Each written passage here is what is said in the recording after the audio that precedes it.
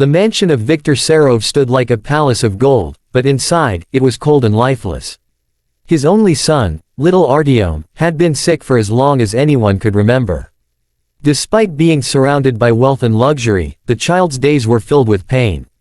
Every night, his weak cough echoed through the long marble halls, like a reminder that money could not buy health, or happiness.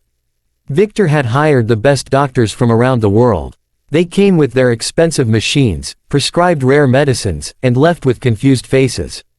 There is no medical reason for his condition, they said again and again.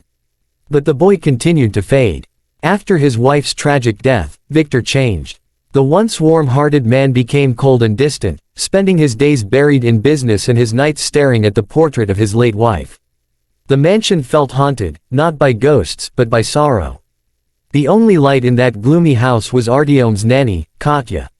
She was poor, humble, and kind, a woman who had known hardship all her life. She treated the boy not like a patient, but like a son. Every night she read him stories, sang him lullabies, and stayed by his side until he fell asleep. One night, when the rain was tapping against the windows, Artyom suddenly clutched Katya's hand and whispered, "Someone's under my bed." She froze. "Who, my dear?" she asked softly. "A woman," he said in a trembling voice. "She's crying." Katya looked under the bed but saw nothing. Still, something about the room felt wrong. The air was heavy, and the candle flame flickered without wind. When Viktor came in, she told him what the boy had said. He dismissed it. He misses his mother. It's just imagination. But Katya couldn't shake the unease. That night, when everyone was asleep, she returned to the room. The moonlight spilled across the floor, and Artyom was sleeping restlessly. Katya knelt beside the bed, lifted the blanket, and gasped. There, in the shadows, lay a small black wooden box covered in dust and strange carved symbols. It seemed to pulse with a faint, cold energy. When she touched it, her skin went numb. Inside was a lock of hair, a dried rose, and an old photograph of Artyom with his mother. On the back, written in shaky letters, were the words, "He will suffer as I did." Katya stared at the photo, her heart racing. The message on the back chilled her to the core. She couldn't understand, who would wish suffering on this innocent child. The next morning, she confronted Viktor. When he saw the black box, his face turned pale, and his hands began to shake. He recognized it instantly. "This belonged to my wife," he whispered. "Before she died, she wasn't herself anymore." His voice trembled. "She was convinced I didn't love her. That I had betrayed her. The night before she died, she said something I'll never forget, that if she couldn't be happy, then no one in this house ever would." Katya felt a shiver run through her spine. It wasn't just grief haunting this house, it was a curse born from pain. That night, Artyom's condition worsened. His small body burned with fever, and he muttered strange words in his sleep. Katya sat by his side, holding his hand, whispering prayers. The shadows in the room seemed to move, and the air grew colder. She knew she needed help, something beyond medicine. Early the next morning, she carried the box to a small old church on the edge of the city. Inside, the smell of incense filled the air, and candles flickered gently. Father Nikolai, a kind old priest, listened to her story in silence. When she placed the box before him, he frowned deeply and crossed himself. "This is not an ordinary thing," he said softly. "It carries the weight of pain, anger, and an unfulfilled soul. The woman who left this behind died with hatred in her heart. Until her spirit finds peace, the boy will never heal." Katya felt tears welling in her eyes. "Then how can I save him?" she asked desperately. The priest looked at her and said, "Only love and forgiveness can release a soul from darkness.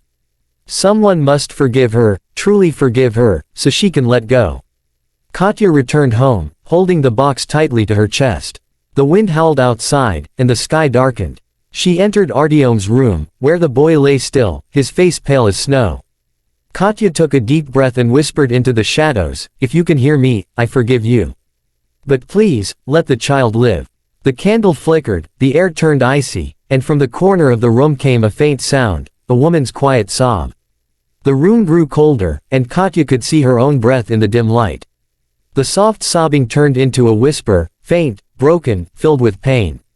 "He forgot me," the voice said.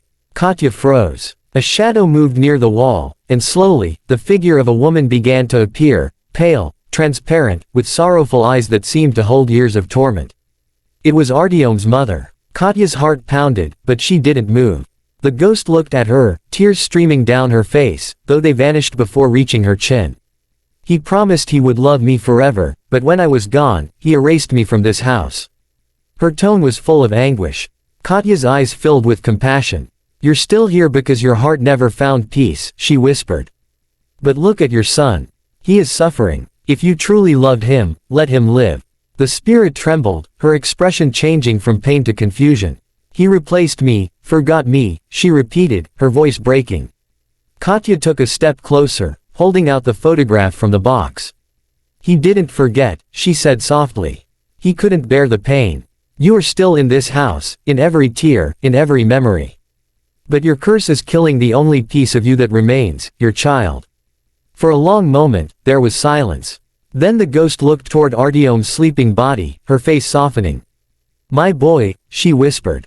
I only wanted to keep him safe. Katya nodded, tears streaming down her face. You still can, by letting go. The ghost reached out her hand, as if trying to touch her son's face, but stopped midway. Her eyes closed, and a faint light began to surround her form. Tell him, I love him, she said, her voice fading into the air. Then, in an instant, the cold vanished, the candle flame steadied, and the room filled with warmth and peace. Artyom sighed softly and turned over in his sleep, his fever gone. The next morning, he woke up full of life. Victor was speechless, his heart torn between disbelief and gratitude. Katya told him everything, and for the first time in years, he wept openly. She finally found peace, he whispered. From that day, the mansion was no longer cold. Artyom laughed, Victor smiled, and Katya became more than a nanny, she became family. Every spring, a single rose bloomed in the garden, even when others hadn't yet opened. Victor believed it was her, watching over them, loving them still.